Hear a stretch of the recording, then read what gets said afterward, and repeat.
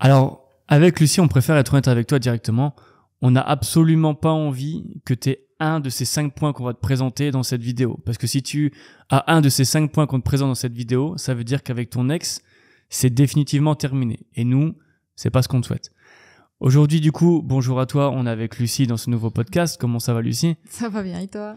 Impeccable. On va démarrer cette vidéo, du coup, où on veut absolument aborder ce sujet. Pourquoi on voulait aborder ce sujet? Est-ce que c'est définitivement fini avec notre ex? Souvent, c'est la question qui nous revient le plus souvent, je trouve. Nous, on préfère, en tout cas chez Mon Plan Cœur, on préfère vraiment être honnête avec les gens. Quand on pense qu'il y a vraiment aucune chance, on le dit. Alors, on sait très bien qu'il y a des reconquêtes qui semblent hyper difficiles et qui finalement, il y a moyen, vrai, et inversement aussi. Mais quand on sent vraiment que nous, de notre côté, en tout cas, on peut pas apporter grand-chose dans la reconquête parce que on verra les points suivants qu'on va dire, qui montrent que c'est définitivement plus ou moins terminé avec ton ex. Ben dans ce cas, on est honnête et on le dit, et on préfère ne pas te vendre du rêve en t'aidant dans un coaching qui ne mènera peut-être à rien. Ouais, Alors bien sûr, on peut t'aider si tu le souhaites à surmonter un peu cette rupture. Il y a aucun problème pour ça, ça aussi, on peut le faire. Mais voilà, c'est juste pour ça que nous, on voulait en tout cas aborder ces points ici en vidéo. Mais c'est vrai que s'il y a un de ces points qui se passe dans ta situation, ta reconquête, elle est définitivement terminée à l'instant T. Effectivement, il y a certains points où quand je les vois, je me dis, en fait, dans quelques mois, quelques années peut-être, alors j'espère pas qu'on en arrivera là, mais ça peut se débloquer quelques mois après. Ouais. Effectivement, il y a des choses qui font que ça peut se débloquer avec le temps. Mais entre guillemets, à l'heure actuelle, ça veut dire que remets-toi, accepte la rupture, prends du recul et remets-toi à fond dans ta vie et avance-toi personnellement avant de penser à récupérer ton ex, parce que il faudra du temps pour que ça se débloque. Ouais, rien n'est figé. Rien n'est figé. On croit en toi en tout cas. On est parti pour la vidéo, du coup les 5 points, et on donnera une solution à la fin. Une solution forcément un peu évidente, pour le coup on en parle souvent, mais on en parlera quand même. Du coup, le premier point qui montre que c'est définitivement terminé avec ton ex, c'est que quand tu évoques des souvenirs positifs avec ton ex, ton ex n'a aucune réaction.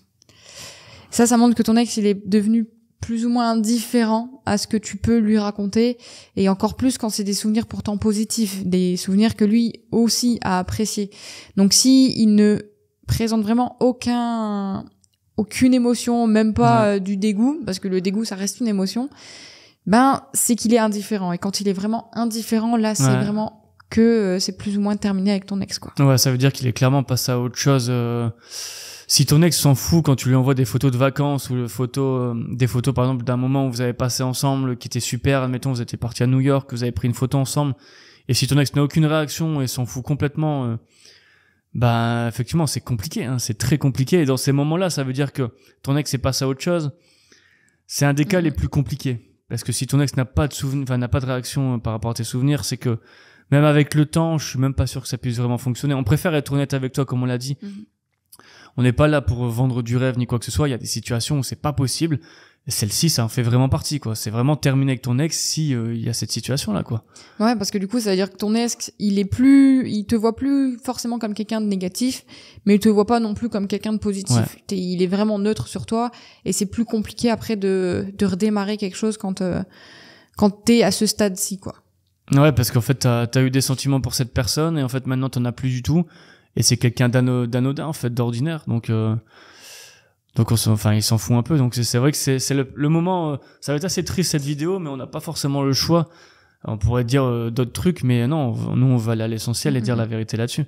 Je vais enchaîner avec le point numéro 2, c'est que si ton ex a refait sa vie, c'est aussi définitivement terminé. Mais là, je mettrais quand même un petit mais, tu vois, genre si ton ex a refait sa vie, c'est compliqué, mais avec le temps, c'est possible que ce soit une relation pansement, en fait, et que quelques mois après, ce soit terminé, et qu'il ou elle se rende compte que, en fait, t'es l'homme ou la femme de sa vie.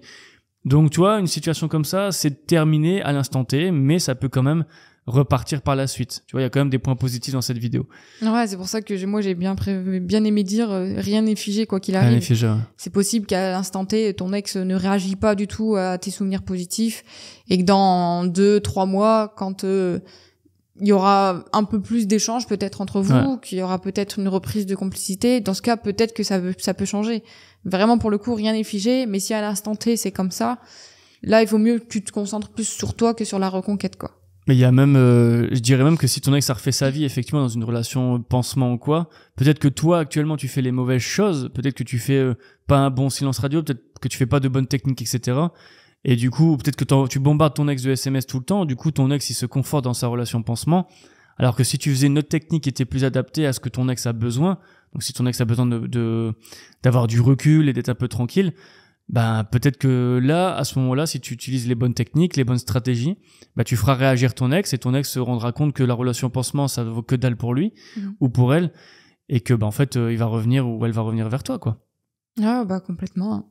En soi, c'est vraiment rien n'est figé, tout peut changer quoi qu'il arrive.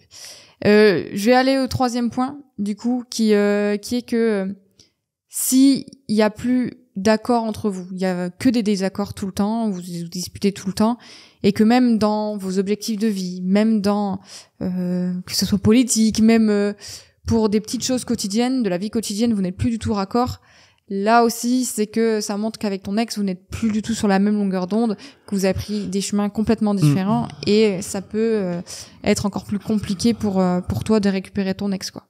Ouais, je pense que tu dis que t'as pointé un sujet qui est bien, genre politique. Si tu parles de politique et t'es même plus d'accord là-dessus, je trouve que là de même si la politique on s'en fout un petit peu, ben si t'es pas d'accord, si t'as pas les mêmes points de vue, bah forcément en fait tu prends des chemins qui sont complètement différents et c'est le plus flagrant. Après ça peut même être dans l'orientation professionnelle, etc. Si y en a un qui a des promotions tout le temps et que l'autre non, etc. Bah en fait on change petit à petit, on n'est plus sur la même longueur d'onde, on n'est plus en accord effectivement comme tu dis. Et moi je trouve que ça se caractérise par le fait de ne plus se sentir soutenu et de se dire bah en fait on partage plus beaucoup de choses avec la personne parce qu'on n'a plus de points communs, etc. Donc effectivement, là, c'est vraiment compliqué et c'est encore une fois un point qui est très dur parce que si t'as plus du tout la même vision et tout, c'est dur. C'est sûr que pour être bien ensemble, il y a besoin de différences, mais il faut quand même se ressembler sur certains points. Je parle par exemple pour l'éducation des enfants. Bah, s'il y en a un qui dit noir et l'autre qui dit blanc tout le temps, bah forcément, ça va pas du tout. En fait, il y a toujours on doit pas être pareil dans notre façon de penser, pas être identique, mais on doit quand même se regrouper sur la vision, entre guillemets, long terme de ce que nous, on pense, tu vois. Ouais, sur la vision du couple même, quoi qu'il arrive, et sur comment vous vous voyez dans 5 ans, comment vous voyez dans quelques années. Parce que si vous n'avez pas du tout la même vision, comment vous voulez vraiment bâtir quelque chose de solide et de serein, quoi. C'est pas possible. Ouais, ben c'est clair, moi je suis complètement pour avec ça. Enfin, si t'as plus du tout de points communs, etc., faut même peut-être se remettre en question, se dire bon, effectivement, est-ce que j'ai vraiment raison de vouloir me remettre avec mon ex? Peut-être que c'est pas forcément une bonne chose, en fait. Il y a aussi un gros travail là-dessus à faire, qui est pas facile, je l'accorde, mais qui est intéressant de se poser, quoi. Faut se poser cette question. Est-ce que c'est vraiment intéressant de récupérer mon ex si on n'est plus du tout pareil? Ouais, c'est la partie introspection dont on parle souvent. Alors d'habitude, on en parle pour le silence radio, mais là, on en parle pour ça parce que c'est le silence radio, c'est un temps vraiment à prendre pour soi-même, pour se recentrer sur soi, pour apprendre de ses erreurs par rapport à la rupture. On peut l'utiliser aussi quand on fait vraiment le silence radio pour récupérer son ex, pour vraiment se poser la question, est-ce que je veux vraiment récupérer mon ex? Est-ce que je le veux par ego? Il y en a qui peuvent le faire par ego. Est-ce que c'est parce que je suis frustrée, parce que je veux me venger, parce que j'ai envie de... Il y a vraiment beaucoup de choses qui fait que tu peux avoir envie de récupérer ton ex. Est-ce que c'est vraiment par amour, quoi, que je le fais et que je veux récupérer mon ex? Donc il faut vraiment se poser et pas avoir peur des réponses que tu peux te donner toi-même, quoi. C'est ça l'introspection. Alors maintenant, je vais aborder le point numéro 4 qui est extrêmement important. Est-ce que c'est vraiment défini avec ton ex? Et pour moi, le point numéro 4, il va vraiment faire discuter en commentaire. Pour moi, si t'es bloqué de partout avec ton ex, c'est définitivement terminé, mais pas trop. Encore une fois, je vais mettre un mais là-dedans parce que si t'es bloqué de partout avec ton ex, effectivement, c'est mort. Tu peux pas la recontacter. Tu peux juste envoyer une lettre de reconquête à ton ex, mais forcément, ça va pas forcément marcher. Donc, à l'instant T, c'est clairement impossible de récupérer son ex quand on est bloqué de partout. De toute façon, ça veut dire que notre ex nous a bien envoyé les signaux comme quoi c'était impossible. Mais il y a quand même quelque chose d'intéressant là-dessus. C'est que si t'es bloqué partout avec ton ex va ne plus avoir de nouvelles de toi si tu respectes sa décision. Et au bout de quelques semaines, effectivement, les tensions vont s'apaiser. Les émotions négatives vont partir pour en fait relaisser place à peut-être des émotions, on va dire neutres, voire même positives envers toi.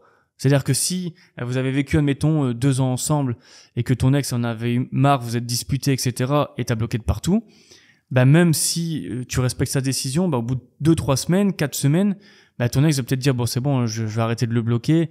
Finalement on s'est bien entendu, ça devrait pas se finir comme ça non plus. On peut rester en bons termes. Et donc il y a quand même une possibilité que ce soit pas définitivement terminé avec ton ex, mais à l'instant T, être bloqué, c'est mort de chez mort. Ouais, ce que je dis souvent, quand il y a une émotion chez ton ex, c'est qu'il y a toujours quelque chose, entre guillemets. Même si c'est une émotion négative, c'est une émotion, donc tu peux toujours recréer et rebalancer, entre guillemets, pour avoir justement une émotion positive sur toi et pas une émotion négative que ton ex, l'image de toi peut toujours être changée. Alors que par rapport au point 1 où c'est vraiment l'indifférence, c'est là du coup, je trouve que c'est plus... C'est pire. L'indifférence, c'est beaucoup plus difficile. Mais là, quand t'es bloqué de partout, t'as toujours une possibilité encore de contrebalancer la chose, en fait. Donc oui, il y a la lettre de reconquête, ça fonctionne pas à tous les coups. On peut pas, on peut pas forcer l'autre à répondre ou même à la lire, hein, malheureusement. Mais il y a toujours une possibilité de contrebalancer le tout, quoi. Vraiment parce que l'émotion est toujours là. Et s'il y a une émotion qui est toujours là et créée chez ton ex, tu peux toujours le contrebalancer en ramenant du positif, en recréant une bête de complicité quand il ou elle t'aura débloqué. Et voilà, quoi.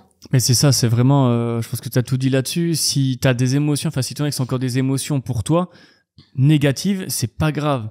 Ton ex a forcément de la rancœur ou de la rancune envers toi. Admettons, si vous êtes disputés, s'il s'est passé quelque chose, etc. Bah forcément, ton ex a de la rancune et ça veut dire qu'il a aussi besoin que tu le rassures sur certains points. Il y a quand même cette partie-là. Alors que si ton ex est complètement différent avec toi, c'est vraiment très compliqué. Nous, on ne coach jamais des personnes quand il y a de l'indifférence. C'est pas possible. C'est vraiment trop compliqué, ouais. Ouais, c'est trop compliqué.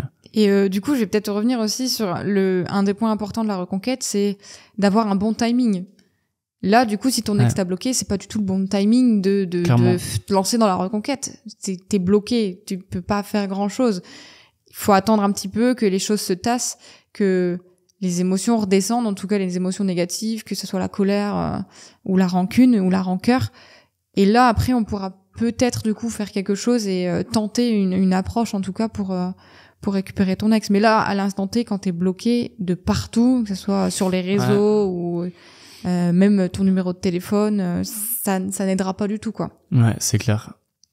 On va enchaîner sur le point numéro 5, qui est aussi très compliqué, et moi je le mettrais dans la catégorie de l'indifférence et du fait de ne plus être en accord sur des sujets. C'est que si ton ex déménage loin de toi, alors pas déménager à 20 minutes de route, mais vraiment à plus d'1 heure, etc. Généralement, je reprends ce que tu avais dit dans une précédente vidéo, c'est que si ton ex fait la démarche de partir et déménager loin de toi, c'est que c'est bien réfléchi et que dans sa tête, il n'y a pas de retour en arrière possible. C'est rare de voir des situations où ton ex déménage loin et se disent, je veux quand même le récupérer ou la récupérer. Non, généralement, quand on veut partir, on part.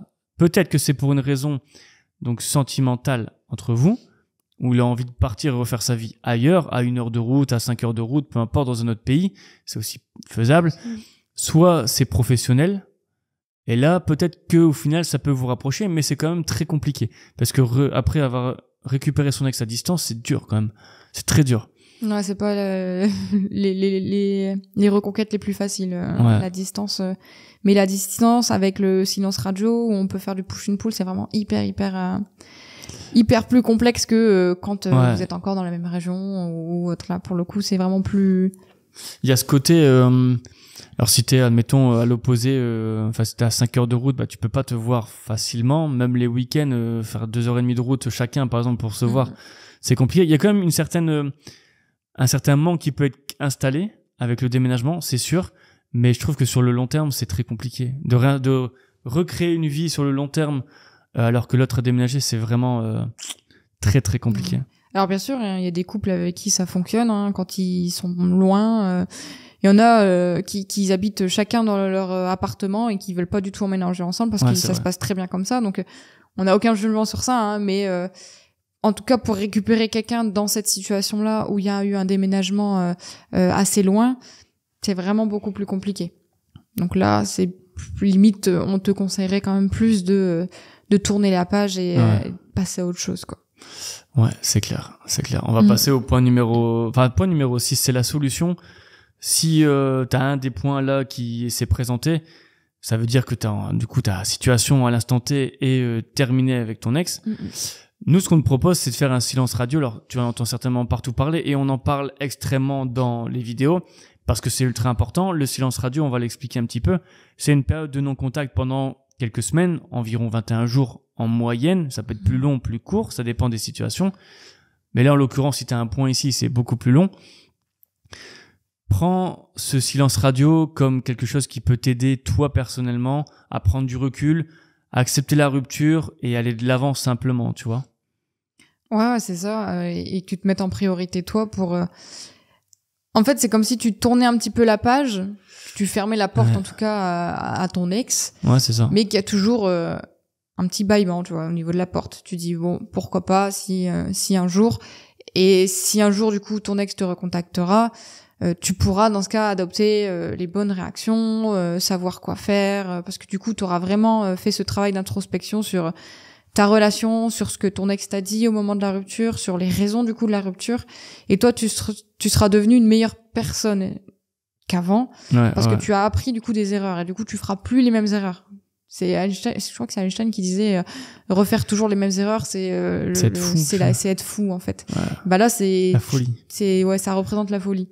Donc là le fait d'apprendre de tes erreurs et de mettre tout en application, ça peut être que du plus pour toi, pour ta prochaine relation, que ça soit avec ton ex ou même avec un ou une autre, ça sera que du positif. Donc le silence radio, puis tout ce travail d'introspection, et le après, si ton ex te recontacte, parce que à l'instant T c'est comme ça, mais dans quelques semaines, quelques mois, peut-être que ça sera ton ex qui reviendra, et là dans ce cas tu pourras voilà, j'ai fait mon travail d'introspection, je suis devenue une meilleure version de moi-même, je sais ce que je veux réellement, est-ce que je veux vraiment récupérer mon ex ou non, ou au contraire je passe à autre chose, et là dans ce cas tu pourras vraiment attaquer ta reconquête comme il se doit. Et tu sais ce que ton ex a besoin si tu le décodes un petit peu. Voilà, aussi. Et voilà, c'est clair. Mais le silence radio, c'est souvent sous-estimé, mais ça marche vraiment, le silence. On a fait une vidéo spécialement sur ça. Si tu la retrouves sur notre chaîne, il n'y a pas de problème. C'est vraiment intéressant. Comment le silence fait revenir un ex, elle sera certainement sortie à l'instant où tu verras cette vidéo. Donc, on te la conseille vraiment, quoi. Voilà, bah, je pense qu'on a tout dit pour... Ouais, c'est terminé pour cette vidéo. On en fait régulièrement de temps en temps. Elles sont un peu plus courtes que d'habitude. Je pense qu'elle fera 10-15 minutes maximum. En tout cas, profite bien. Essaye de positiver le plus possible. On te souhaite bon courage pour ta reconquête. À bientôt. Salut!